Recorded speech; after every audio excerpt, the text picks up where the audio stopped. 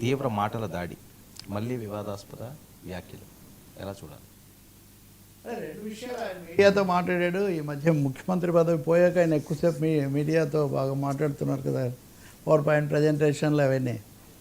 రెండు భాగాలుగా తీసుకోవాలి. ఒకటి సమస్యలు, అంటే యూరియా కొరత లేదు అని ప్రభుత్వం ఏమో ఖండిస్తుంది. యూరియా కొరత ఉంది, క్యూలు కనిపిస్తున్నాయి. ఈయనేమో ప్రత్యేకించి కుప్పం నియోజకవర్గంలో క్యూలో ఫోటో ఒకటి, ఇంకొకటి ఏమో అచ్చెన్నాయుడు నియోజకవర్గంలో ఒకటి తీసుకొని వచ్చారు. అవి చూపిస్తున్నారు.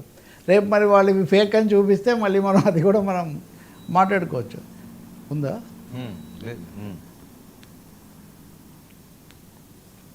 కానీ సమస్య ఏమంటే ఆ యూరియా కొరత అవన్నీ చెప్తున్న సమయంలో మళ్ళీ మాటలు దొళ్ళించటం. అంటే యూరియా కొరత లేదంటున్నారు, యూరియా సరఫరా చేయలేని పరిస్థితుల్లో దీనికంటే ఎక్కడైనా బావిలో అన్న దూకి చావటం మంచిది అని, బావిలో దూకి చావటం మంచిది అన్నారు కదా అని. ఒకవేళ ఇది ఎందుకు అన్నారో చూద్దామని మళ్ళీ చూస్తే రెండోసారి అచ్చెన్నాయుడు గురించి చెప్పి మళ్ళీ ఎందులోనో బావిలోనో దూకి చావమని. అసలు ఈ దుబారాగా మాట్లాడడం అనేది బొత్తిగా అవసరం లేని పని. అది ఒక విధంగా చర్చను డైవర్ట్ చేయడానికి అది దారితీస్తుంది. చర్చ డైవర్ట్ కావడం అంటే అసలు విషయం పోయి ఇప్పుడు బావిలో దూకటము, మాట మీరడము, లేకపోతే అప్పుడెప్పుడో కాల్ చేయమన్నారు, లేకపోతే ఈయన ఇంకేదో గాలిలో కలిసిపోతారన్నారు. ఇంక ఇలా ఇది కొనసాగుతుంది, ఈ అంతులేని వ్యవహారం. ఈ తీవ్రమైనటువంటి దుర్భాషలు లేకపోతే పదాలు, అనవసరమైనటువంటి మాటల దాడి అనేది సమస్యను పక్కదో పట్టిస్తుందనడంలో ఏం సందేహం లేదు.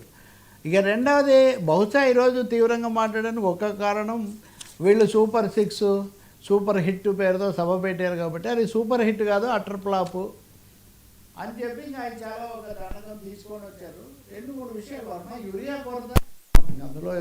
అలాగే ప్రైవేట్ మెడికల్ కాలేజీలు అనేవి ఒక 10 ఏదో ఒక దశలో ప్రారంభమై ఒక 3,000 కోట్లు ఖర్చు పెట్టామని అంటున్నారు. 3,000 కాదు, 1,000 కోట్లు పెట్టారనుకుందాం. ప్రభుత్వ రంగంలో మొదలైన మెడికల్ కాలేజీలు, ఆరోగ్యశ్రీ ప్రైవేట్కి ఇవ్వటం అన్నదాన్ని అన్ని ప్రతిపక్షాలు కూడా ఖండిస్తున్నాయి. ఒక జగన్ మాత్రమే కాదు, అది కూడా చెప్పినది ఒకటి. ఇక మూడో ముఖ్యమైన తీసుకుంది ఏంటంటే, అప్పుడు ఎన్నికలకు ముందు ఈనాడు అడ్వర్టైజ్మెంట్ ఇచ్చారు, సూపర్ 6 ఫలానాన్ని ఉంటాయని. ఇప్పుడు అవి లేవు. ఇప్పుడు అవి చేశారు. ఉదాహరణకు నిరుద్యోగ భృతి 3,000 రూపాయలు ఇస్తామన్నది, కానీ ఎవరు వెళ్ళినా వాళ్ళందరికీ స్కూళ్ళకి వెళ్తే సాయం చేస్తామన్నది. ఇట్లాంటివన్నీ పూర్తిగా అమలు చేయలేదు. వాటి బదులు అన్న క్యాంటీన్లు ఇవి తెచ్చి పెడుతున్నారు. 230 అన్న క్యాంటీన్లు మళ్ళీ అదే పత్రికలో అడ్వర్టైజ్మెంట్ తీసుకొని వచ్చి అని నేను అనుకోవడం. ఇందాక చెప్పినట్టే రేపు వాళ్ళ సభకు ముందే దాని మీద ఒక ఎదురుదాడనండి, లేకపోతే దాని మీద తమ తీవ్ర ఆరోపణలు, విమర్శలతో ముందుకు రావాలని భావించినట్టు కనిపిస్తుంది. ఆ క్రమంలో ఇదిగో ఇలాంటి 1-2 సార్లు ఇలాంటి మాటలు మాట్లాడటం, ఇవన్నీ చర్చను మటుకు ఎక్కడికో తీసుకొని పోతాయి. ఇప్పుడు నాకైతే వాస్తవం ఎవరో అప్పటికి అదే పంపిస్తున్నారు. సో ఇంకా వాళ్ళు దీన్ని అనడానికి, అంటే ఆయన నిజానికి అవకాశం ఇస్తున్నారా, అవకాశం తీసుకుంటున్నారా అనేది కూడా సందేహమే. ఇలాంటి మాటలు మాట్లాడడం వల్ల సమస్యల విషయంలో మటుకు లేవు అని డినయల్ మోడ్ అంటారు. అంటే ఏం సమస్య లేదని చెప్పడం వల్ల కూడా ఉపయోగం లేదు. ఏ ప్రభుత్వం ఉన్నా కానీ సమస్యలు తప్పకుండా ఉంటాయి. ఆ సమస్యల తీవ్రత ఎలా పరిష్కరించాలి. రెండోది, హామీలకు సంబంధించి అప్పుడు ఇబ్బడిగా ఇచ్చిన హామీల అమల్లో తడబాటు ఎందుకు వస్తుంది, పాక్షికం ఎందుకు వస్తున్నాయి, వాటిని ఎప్పుడు చేయాలి, ఒక టైం టేబుల్, ఆ విషయం కూటమి కూడా ఆలోచించాలి. నేను నిన్న కూడా చెప్పాను, సాయంత్రం అనంతపురం సభలో వాళ్ళ విషయాలు చెప్తే చాలా బాగుంటుంది. జగన్కి జవాబు చెప్పడం ఒకటి, జనానికి జవాబు చెప్పడం ఒకటి. కాబట్టి అయితే వాళ్ళు ఇప్పటికే టీడీపీ నాయకులు కూడా చాలామంది మాట్లాడారు. 2-3 నారాయణ మాట్లాడారు, మంత్రి, ఇంకో ఎమ్మెల్యే మాట్లాడారు. వీళ్ళందరూ కూడా జగన్ మాటకి ఏం విశ్వసనీయత లేదు, ఎవరు దాన్ని తీవ్రంగా తీసుకోరు. ఆయన కావాలని ఇవన్నీ దుష్ప్రచారం చేస్తున్నాడని వాళ్ళు ఇప్పటికే మళ్ళీ కౌంటర్ కూడా మొదలుపెట్టారు. ఇది సరే, ఇది ఇక్కడితో ఆగి పరిస్థితి కనిపిస్తుందా? అసలేం ఆగదు. నేను చెప్తున్నా, ఆగితే ఆయన ఎందుకు మాట్లాడతారు, లేదా వీళ్ళెందుకు అప్పుడు ఎదుర్కొంటారు. బహుశా తెలుగుదేశం సభలో ఫోకస్ దీని మీద చాలా ఎక్కువగా ఉంటుంది. సో రాష్ట్రంలో ఒక పొలిటికల్ వార్ తీవ్ర స్థాయిలో జరగబోతుంది అనేది అయితే చాలా స్పష్టం. అది కూడా కాకుండా స్థానిక సంస్థల ఎన్నికలు జనవరిలో జరుగుతాయని ఎన్నికల అధికారి ఆమె నీలం సాహ్ని ప్రకటించారు. అది కూడా ఈవీఎంలతో జరుగుతాయని ప్రకటించారు. గతంలోనే బ్యాలెట్ పేపర్లతో చేశారు. ఇప్పుడు కర్ణాటకలో కాంగ్రెస్ ప్రభుత్వం కూడా బ్యాలెట్ పేపర్లతోనే స్థానిక సంస్థల ఎన్నికలు చేస్తామని వాళ్ళు దానికి సిద్ధమవుతున్నారు. కానీ నీలం సాహ్ని గారు మాత్రం ఈవీఎంలతోనే మేము చేస్తాము, దానికి సంబంధించిన ఇది పెట్టాము, టెండర్ పెట్టాము అన్నమాట ఆమె చెప్తున్నారు. ఎవరు టెండర్ అంటే ఎలక్షన్ కమిషన్.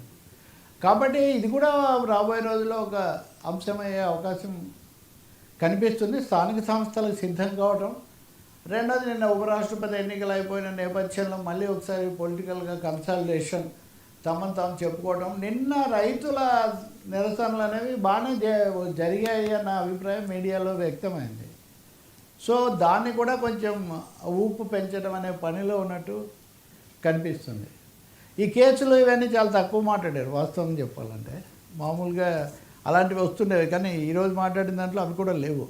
సమస్యలు వాటి మీద ఫోకస్ పెట్టడం, మధ్య మధ్యలో చంద్రబాబు నాయుడు అసలు ఎంత దుర్మార్గుడు, ఎంత రాక్షసుడు అని కూడా ఏదో అన్నట్టున్నారు. అంటే వచ్చిన సీట్లను ఎందుకు వెనక్కు పంపడం అని దాని మీద అందరూ విమర్శ చేశారు. వీళ్ళేమో అసలు మీరేం చేయలేదు, కేవలం కాంపౌండ్ వాల్ కట్టారు, లేకపోతే కనీసం కూడా ఖర్చు పెట్టలేదు, మేము చేసినందువల్ల నష్టం ఏమి రాదు, లాభమే జరుగుతుందని వాళ్ళు సమర్థించుకుంటున్నారు. దాంతో అయితే నేను కూడా ఏకీభవించాను. అంటే ప్రభుత్వ కళాశాలలు ఉంటే వాటి పద్ధతి జనానికి అందుబాటు ఎక్కువగా ఉంటుంది, ఆరోగ్యశ్రీ విషయం కూడా. ఇంక ఇవన్నీ వాళ్ళేం సమాధానం ఇస్తారో మనం చూడాలి. మూడోది, వైసీపీ బహుశా ఇదే పద్ధతిలో దూకుడుగా వెళ్తుంది అని కూడా జగన్ మాటలను బట్టి సంకేతాలు మనకు కనిపిస్తాయి. ఇప్పుడు ఉల్లి రైతుల సమస్య నిజమే, అంతకుముందు చీనీ రైతుల సమస్య నిజమే, మిర్చి ఈ సమస్యలే లేవంటేనేమో నిన్న కూడా అదే కదా కర్నూలు మార్కెట్లో షర్మిల, జగన్, రైతు సంఘాలు, అంత తర్వాత భరత్ మంత్రి వెళ్ళటం ఇవన్నీ మనం చూసాం. కాబట్టి ఆంధ్రప్రదేశ్లో ఏది ఇప్పుడు తేలిగ్గా పోయేటట్టుగా మాత్రం లేదు. ఖచ్చితంగా ఒక రాజకీయ రణంలాగే మారుతూ ఉంది. సార్ లోకేష్ సంచలన వ్యాఖ్యలు, బీజేపీతోనే దోస్తీ.